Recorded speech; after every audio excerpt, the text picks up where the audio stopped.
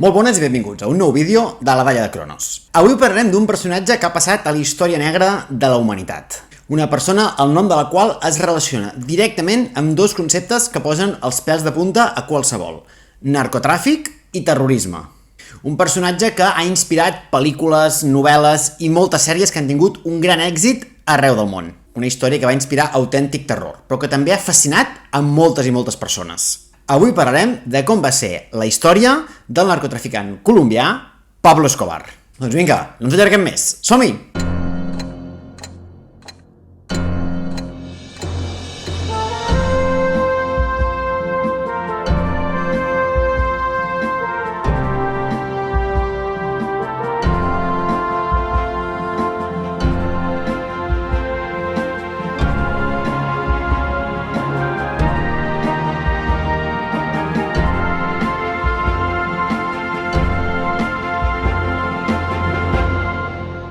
Bé, com sempre comencem situant-nos.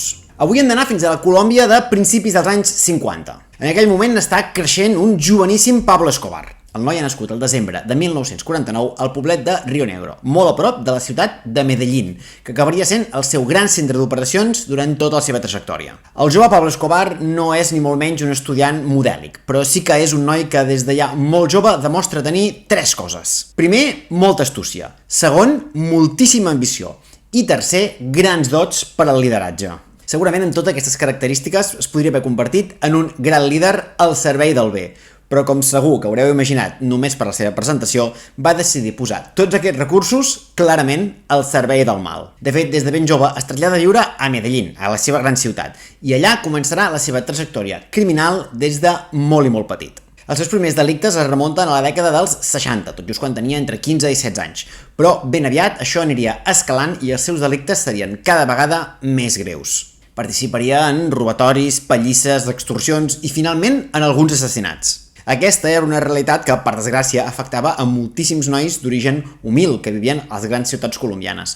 Però, malgrat això, val la pena remarcar que en el cas de Pablo Escobar, a diferència de molts dels seus coetanis, tota aquesta violència no era senzillament violència gratuïta que l'acabia portant pel camí de la perdició des de ben jove, sinó que era violència posada al servei d'una causa personal. La causa era fer-se multimilionari. De fet, Escobar havia arribat a dir que si als 30 anys no tenia els diners suficients, es suïcidaria. Tot això ens dona una idea que des de molt jove era una persona que al mateix temps tenia molt clar el que perseguia i no tenia absolutament cap escrúpol per aconseguir-ho. I és justament gràcies a totes aquestes dots que hem anat descrivint que comença a involucrar-se activament en tot el crim organitzat de la ciutat de Medellín. I aquest crim organitzat tenia una relació molt directa amb tot el tràfic de drogues, sobretot de cocaïna. I en aquest món, és molt fàcil que t'acabin matant qualsevol dia, però si ets llest i tens sort, també pots fer-te enormement ric. Just l'objectiu que el jove Pablo perseguia. I el cert és que ho va aconseguir. La seva fortuna va començar a créixer des de molt aviat.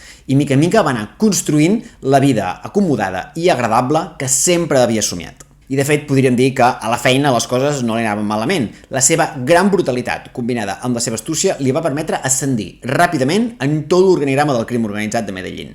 De fet, va arribar a convertir-se en un dels criminals més famosos de la ciutat. I de fet va donar un pas més i va aconseguir constituir un autèntic consorci que aglutinava els grans grups criminals de la ciutat, sobretot al voltant del negoci del narcotràfic. És el que es coneixerà com el càrtel de Medellín. Escobar serà el líder indiscutible d'aquest càrtel i tindrà com els seus grans enemics, per una banda, el propi govern de Colòmbia i per l'altra, la seva competència directa, un altre càrtel colombià, el càrtel de Cali. Però en aquest punt és important explicar que per la figura de Pablo Escobar els diners eren molt importants, però més enllà d'això també ho era un altre element: el reconeixement social. El reconeixement social es pot aconseguir de moltes maneres, però Pablo Escobar bàsicament només n'en tenia dues. La primera era la por, és a dir, si no em respectes, si no fas allò que jo et demano, directament acabo amb la teva vida.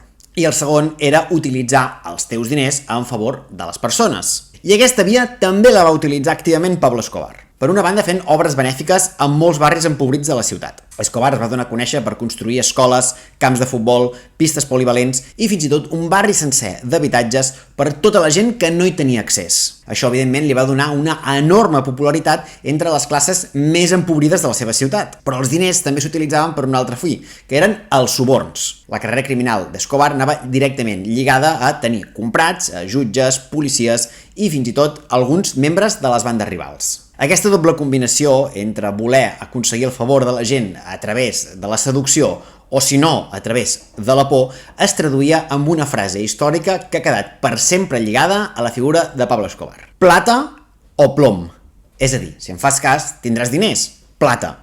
I si no em fas cas, t'acabarem matant a trets. Per tant, plom. I certament la carrera d'Escobar anava a tota vela. Però el primer gran obstacle que es trobaria en el seu camí seria l'any 1979. Per entendre què va passar aquell any hem de fer una mica de context general. Com hem dit, el narcotràfic era un element il·legal, però que no deixava de ser un dels negocis més importants de l'economia colombiana d'aquell moment. I això, evidentment, tenia terribles afectacions pel propi país, però també tenia afectacions per altres països. Un dels països més afectats per aquest negoci colombià eren els Estats Units, que era justament el lloc on acabava anant a petar la major part de la cocaïna colombiana. Per tant, això va generar una enorme alarma a la societat nord-americana, i això va obligar el seu govern, presidit en aquell moment per un demòcrata, Jimmy Carter, a prendre cartes actives en l'assumpte. Carter aconsegueix arribar a un acord bilateral amb el govern colombià. És el que es coneix com a acord d'extradició. Carter veia que la major part dels narcotraficants, quan eren detinguts a Colòmbia, en molts casos aconseguien evadir la justícia gràcies a suborns o amenaces, i en d'altres acabaven reclosos en presons on la vigilància era mínima i en molts casos des d'on de la mateixa presó seguien dirigint tots els seus entramats criminals. Per tant, amb aquest acord d'extradició de l'any 79, el que s'aconseguia era que els narcotraficants detinguts a Colòmbia, però que a través dels seus negocis haguessin pogut generar algun tipus de perjudici als Estats Units, podien ser extraditats allà, on allà sí que eren reclosos en presons d'autèntica màxima seguretat i sense pràcticament capacitat de poder contactar amb els seus seguidors al país. Això, evidentment, era una grandíssima amenaça per Escobar i tots els seus socis. I, de fet, els moments més àlgids de la carrera d'Escobar seran lluitant activament en contra d'aquest tractat d'extradició. El seu primer intent d'acabar amb aquest tractat va ser certament curiós. Escobar va decidir involucrar-se activament en política per canviar el govern. El seu primer pas va ser l'any 1982, quan es va presentar al Congrés colombià i va obtenir un acta de diputat. Pot semblar extraordinari que un líder narcotraficant aconsegueixi ser votat per la ciutadania, però una vegada més hem de tenir en compte aquells dos grans elements a partir dels quals avançava sempre Escobar. La seducció tenia una gran popularitat entre les classes humils perquè els havia fet moltíssims regals i els havia ajudat a millorar la seva condició de vida, i també l'extorsió. Moltíssima gent tenia autèntic terror a Pablo Escobar. I per tant, si el patró, que era com el coneixien, et demanava que el votessis, era millor no contradir-lo. Com a curiositat, l'etapa d'Escobar al Congrés va ser breu, però va tenir moments significatius, com ara la seva assistència representant a la institució a la presa de possessió del president del govern espanyol, Felipe González, a finals de l'any 82. Bé, en tot cas, Escobar estava convençut que la seva etapa al Congrés seria només el primer pas, i el seu objectiu, no s'hi posava per poc, era arribar a aconseguir la presidència de la República. Però això, evidentment, feia que el govern colombià d'aquell moment se sentís enormement amenaçat per ell, i a més, el fet de tenir un líder narcotraficant al Congrés del país era realment una autèntica humiliació i un precedent perillosíssim que podia posar en escac a tot el sistema constitucional colombià. Per això mateix van fer tots els tràmits possibles per aconseguir expulsar a Pablo Escobar del Congrés. Una de les cares més visibles d'aquesta lluita contra la carrera política de Pablo Escobar era el llavors ministre de Justícia, Rodrigo Lara Bonilla. Lara Bonilla, juntament amb l'ajuda d'uns quants diaris amics, va començar a publicar tot l'historial delictiu de Pablo Escobar. L'objectiu era generar una indignació social prou gran que legitimés qualsevol acció que es prengués contra ell. I tot i que Escobar va intentar defensar-se amb ungles i dents, el cert és que el seu passat estava tan absolutament corromput que era pràcticament impossible tapar-lo. Finalment, l'any 1983, el Congrés vota retirar una de les prerrogatives més importants que tenen els congressistes,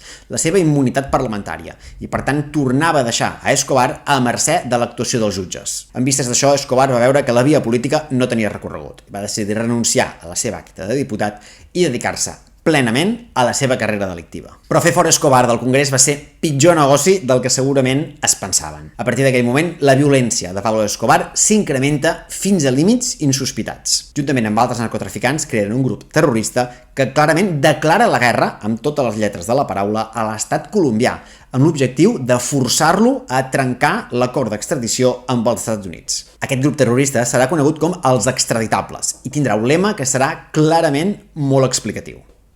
Preferim una tomba a Colòmbia que una cel·la als Estats Units. Una de les actuacions més contundents d'aquest grup serà l'any 1984, quan ni més ni menys assassinaran a trets el propi ministre de Justícia, a Rodrigo Lara Bonilla, aquell que havia expulsat a Pablo Escobar del Congrés. I pot semblar que assassinar un ministre és realment que se te'n vagi moltíssim l'olla, Però és que la cosa encara anirà a més. L'any 1985 van arribar a assaltar directament el Palau de Justícia de Bogotà, una autèntica acció de guerrilla armada al centre de la capital que va causar més de 100 morts. Però, sens dubte, l'any de més activitat violenta va ser el 1989. Aquell any, en primer lloc, s'assassina a Luis Carlos Galán, un candidat a la presidència de Colòmbia que feia de la seva lluita contra el narcotràfic una de les seves principals banderes electorals. Qui substitueix a Luis Carlos Galán a la carrera presidencial és Luis Gavidia, que també va ser objecte d'un intent d'assassinat. En aquest cas, Gavidia va aconseguir sortir-ne amb vida, però aquest intent passaria a la història per una altra cosa. Galán havia estat assassinat a trets, però amb Gavidia havien preparat una cosa infinitament més espectacular. Havien col·locat una bomba a l'avió on havia de viatjar Gavidia. Finalment, Gavidia no va pujar a aquell avió i per això no va morir, però la bomba va explotar igualment. L'avió es va estavellar i van morir altra vegada més de 100 persones. Com veieu, estem parlant d'accions que són realment d'una violència inusitada. Segurament per això, aquell mateix any, l'any 89, es constitueix un dels equips que més activament treballaran per trobar, detenir o eliminar a Pablo Escobar, el conegut com a Bloc de Busca. El Bloc de Busca era bàsicament un escamot combinat de policies colombians i nord-americans que dedicaven tots els recursos necessaris a capturar el que en aquell moment ja era l'enemic públic número 1. La guerra entre Colòmbia i els extraditables va seguir encara durant un temps més. Va semblar que s'acabava l'any 1991. En aquell moment el president de Colòmbia ja era César Gavidia i decideix prendre una acció enormement arriscada. Entaula negociacions amb Pablo Escobar per pactar una sèrie de condicions que facilitessin la seva entrega. Pot semblar que Pablo Escobar no n'hauria de voler saber res d'aquest acord, però sorprenentment es va asseure a la taula i va començar a posar les seves condicions. Condicions que val la pena remarcar. En primer lloc, acceptava entregar-se només a canvi de ser jutjat per una sèrie de crims menors. Però la part més interessant del tracte és que pactava fins i tot la presó on havia de complir la seva condemna. I no era una presó qualsevol. De fet, era una presó que construiria el propi Pablo Escobar. Sí, ho heu sentit bé. Pablo Escobar construiria la seva pròpia presó. Aquesta presó era coneguda com la Catedral, i tot i que de cara en fora semblava una presó relativament comuna de màxima seguretat, a dins era un autèntic palau que tenia totes les comoditats que un home del seu estatus podia desitjar. Hem de recordar que en aquell moment la revista Forbes catalogava a Pablo Escobar com una de les persones més riques del món i per tant tenia diners més que suficients per construir 1 i 1.000 presons si feien falta. I encara més enllà d'això, Pablo Escobar compliria condemna juntament amb els seus homes de màxima confiança i els guardes d'aquesta presó també serien escollits per ell mateix. Unes condicions certament kafkianes que segurament a causa de l'absoluta desesperació per la muntanya de cadàvers que s'acumulaven mes a mes, el president Gavidia va acabar acceptant. I efectivament, aquell any, en 1991, es produeixen les famoses imatges de Pablo Escobar entregant-se a les autoritats i pujant a un helicòpter que l'acabaria conduint fins a la seva nova llar, la presó, la Catedral. La seva estada a la Catedral duraria aproximadament un any. Un any que no va ser ni molt menys dolent. A part de totes les comoditats que ja hem comentat, rebia amb absoluta freqüència visites de la seva família, dels seus amics, dels seus socis i també d'un important contingent de prostitutes que de manera sistemàtica entraven a la presó. El govern colombià era perfectament coneixedor de tots els excessos que feia Escobar dins d'aquell recinte, però consideraven que allò era un mal menor que havien d'assumir a canvi d'acabar amb l'escalada de violència. El fet que va fer que la situació fos absolutament irreversible va passar a mitjans de 1992, quan Escobar fa un pas més i comença a cometre assassinats dins de la pròpia catedral. És a dir, quan venia algun dels seus socis a passar comptes dels negocis que tenien a mitges i ell creia que l'havien estafat d'alguna manera o altra, els assassinava dins de la pròpia presó i després s'encarregava de que fessin desaparèixer els cossos. Evidentment, això ja era més del que l'estat colombià podia tolerar. I per aquest mateix motiu ordenen que Escobar sigui traslladat a una nova presó. Però la cosa no aniria així. En el moment en què un contingent de policies es dirigeix a la catedral per tal de traslladar-lo, Escobar, que recordem que tenia subornats i escollits per ell mateix a tots els guardes de la presó, acaba fugant-se juntament amb tots els seus homes. La fuga d'Escobar de la catedral dona lloc a que de nou comenci tota la gran espiral de violència. Aquest cop, però, val la pena remarcar que la violència seria d'anada i de tornada, i no només per l'actuació de les forces armades colombianes. Escobar ja hem dit que havia declarat la guerra a Colòmbia, però també havia declarat la guerra a molts dels seus enemics, sobretot, el que ja hem dit que era la seva gran competència, el càrtel de Cali. Doncs bé, tots aquests enemics que havien anat forjant Pablo Escobar al llarg dels anys van decidir que també s'unirien contra ell i creen una nova banda armada per lluitar en contra d'Escobar i els seus extraditables. Aquesta banda es coneixerà com els Pepes, que són les inicials de Perseguits per Pablo Escobar.